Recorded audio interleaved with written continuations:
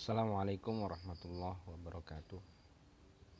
Jumpa lagi dengan saya Hidayatur Rahman dalam acara Tadabbur Al-Quran. Kali ini kita sampai pada surah An-Nisa. Di permulaan surah An-Nisa kita akan mentadabburi Al-Quran di ayat 4 sampai ayat yang ke-6 insyaallah.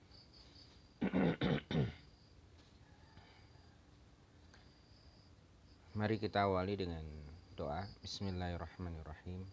Rabbi zidni ilma, Allahumma anfa'ni bima 'allamtani wa 'allimni ma yanfa'uni warzuqni ilman yanfa'uni, amin. Seperti biasa kita awali dengan surah Al-Fatihah. A'udzu billahi minasy syaithanir rajim. Bismillahirrahmanirrahim. Alhamdulillahi rabbil alamin. Ar-Rahmanir Rahim.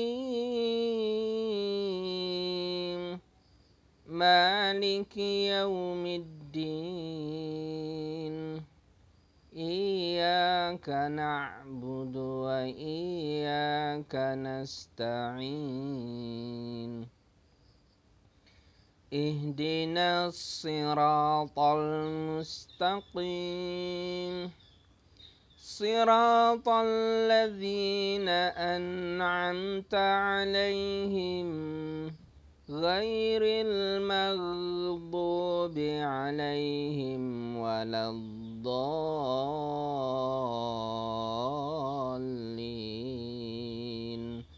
Amin. Bismillahirrahmanirrahim.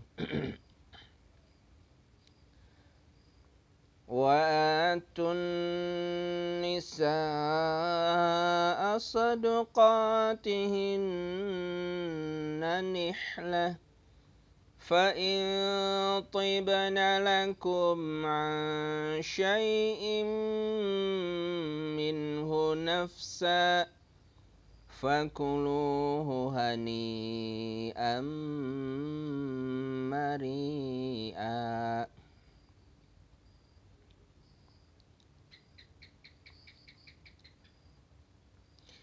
ولا تؤتوا السفهاء أموالكم التي جعل الله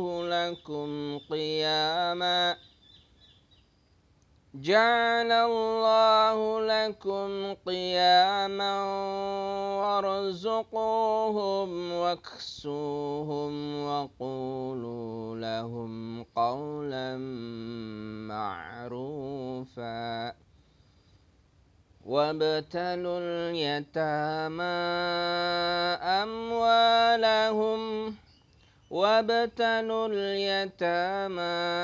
حتى إذا بلغوا النكاح فإن آنستم منهم رشدا فادفعوا إليهم أموالهم ولا تأكلوها إسرافا وبدارا أن يكبروا ومن كان غنيا فليستعفف ومن كان فقيرا فليأكل بالمعروف فإذا دفعتم إليهم أموالهم فأشهدوا عليهم وكفى بالله حسيبا. Shadaqallahul adzim. Kita akan artikan secara lafziah.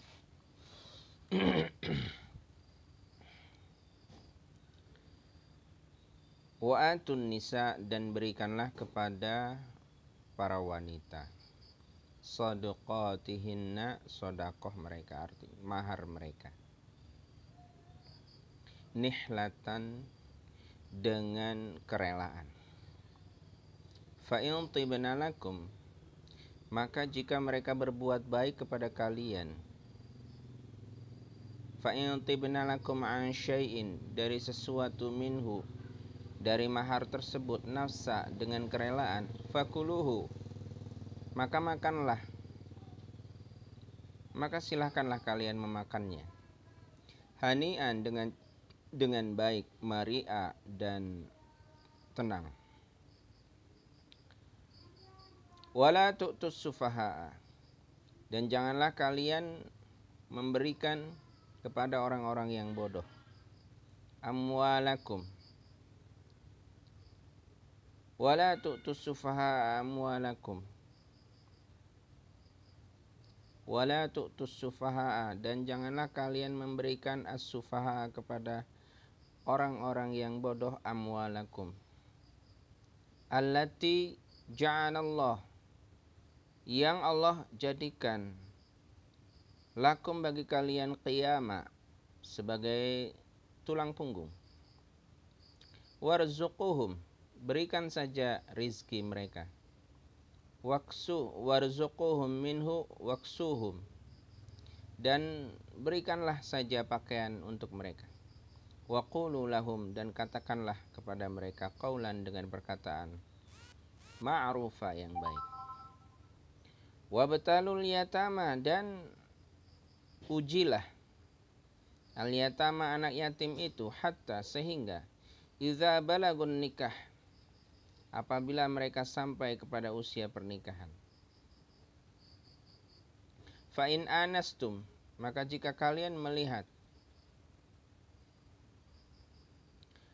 fa in anastum minhu, jika kalian melihat darinya, rusydan, ada yang sudah dewasa, sudah berakal, fadfa'u ilaihim amwalahum, maka serahkanlah kepada mereka harta-harta mereka. Wala ta'kuluha, dan janganlah kalian memakannya, israfan, dengan berlebihan, wabidaron, dan tergesa-gesa, ayak baru, sebelum mereka dewasa. Wala ta'kul wa man kana ghaniyan, dan barang siapa yang memang kaya, falyasta'fif, hendaklah dia merelakan tidak memakannya. Wa man kana faqiran, dan barang siapa yang fakir, falyakul bil ma'ruf, maka boleh memakan dengan cara yang baik. Fa idza dafa'tum ilaihim, dan apabila kalian sudah bisa menyerahkan harta tersebut kepada mereka, fashidu alaihim, maka persaksikanlah atas mereka, wa kafa billahi, dan cukuplah pada Allah, hasiba, perhitungannya. Akhwan dan akhwat fillah, ayat ini adalah ayat melanjutkan tatanan kehidupan manusia setelah kemarin kita mendapat penjelasan dari Allah Subhanahu wa ta'ala. Awal mula manusia adalah dari jiwa yang satu. Kemudian kita harus memelihara tali persaudaraan silaturahim. Kemudian di sana ada kemungkinan generasi kita yatim, dan di sana kita akan memelihara anak yatim itu dengan baik seperti yang Allah Subhanahu wa ta'ala arahkan. Di antaranya, jangan sampai kita memanfaatkan harta anak yatim itu untuk kita makan dan untuk kita manfaatkan. Tetapi Allah Subhanahu wa ta'ala melarang itu semuanya. Dan justru kita diperintahkan untuk memeliharanya dan bertanggung jawab terhadap harta anak yatim tersebut. Sampai-sampai kita dilarang memberikannya sampai mereka dewasa. Nah, ayat yang keempat itu membicarakan tentang penghormatan terhadap para wanita. Allah Subhanahu wa taala memerintahkan kepada kita agar menghormati wanita. Terutama ketika kita ingin melamar mereka. Berikanlah kepada mereka maharnya dengan cara yang baik dan ikhlas. Artinya, walau ada hadis Rasulullah SAW yang mengatakan, walau kana khotaman min hadid, cincin dari besi. Walau kana khotaman min hadid, meskipun cincin dari besi, kata Nabi, harus ada mahar. Tetapi itu bukan itu yang kita harus kerjakan, bukan itu yang harus kita ambil dan kita jadikan sebuah standar, bukan. Itu adalah standar minimal jika kita betul-betul tidak punya apa-apa. Artinya mahar itu harus ada. Dan yang dimaksudkan oleh Rasulullah SAW, kemudian hubungannya dengan ayat ini, bahwa mahar itu jangan main-main. Jangan hanya sebatas sekedarnya saja, tetapi memang direncanakan dengan penuh kesungguhan, dan itu ikhlas kita berikan untuk penghormatan kepada para wanita ketika kita melamar mereka. Fa in tibna lakum an syai'in minhu nafsan fakuluhu hani'an mari'a. Maka jika mereka wanita itu yang kita berikan mahar, istri kita itu memberikan kerelaan, kebaikan untuk sama-sama kita memakannya dari hasil mahar tersebut, itu tidak apa. Maka kalau itu sudah terjadi kerelaan dari mereka, para wanita itu, maka kita boleh memakannya dengan baik. Kemudian berikutnya ayat yang kelima. Wala tu'tus sufaha amwalakum allati ja'alallahu lakum qiyama. Janganlah kamu berikan harta kalian itu kepada orang-orang yang bodoh. Bisa jadi kepada anak yatim yang belum sampai balik. Bisa jadi kepada anak kecil, bisa jadi kepada orang yang memang dia tidak punya ilmu pengetahuan terhadap pengelolaan harta. Nah, ini syariatnya kita dilarang untuk memberikannya. Ini diperhatikan oleh Islam dan diperintahkan oleh Allah Subhanahu wa taala, diberikan rambu-rambu. Jangan engkau berikan kepada mereka yang memang mereka tidak bisa memanage harta. Itu yang dimaksud dengan as-sufaha. Apalagi harta itu sebagai tulang punggung kehidupan kita.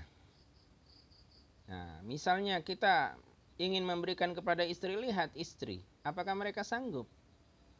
Ingin memberikan kepada anak, lihat anak, apa mereka sanggup. Ingin memberikan kepada saudara, ponakan dan lain sebagainya, apa mereka sanggup. Lihat kesanggupannya dalam sisi manajemen harta. Nah, ini adalah tidak main-main. Islam sangat memperhatikan akan hal ini. Nah, ikhwan dan akhwat fillah. Kemudian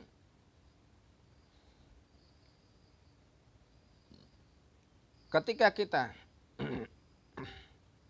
sudah sanggup, sudah melihat mereka baik dalam mengelola harta, maka baru kita akan bisa memberikan kepercayaan, tanggung jawab itu kepada mereka.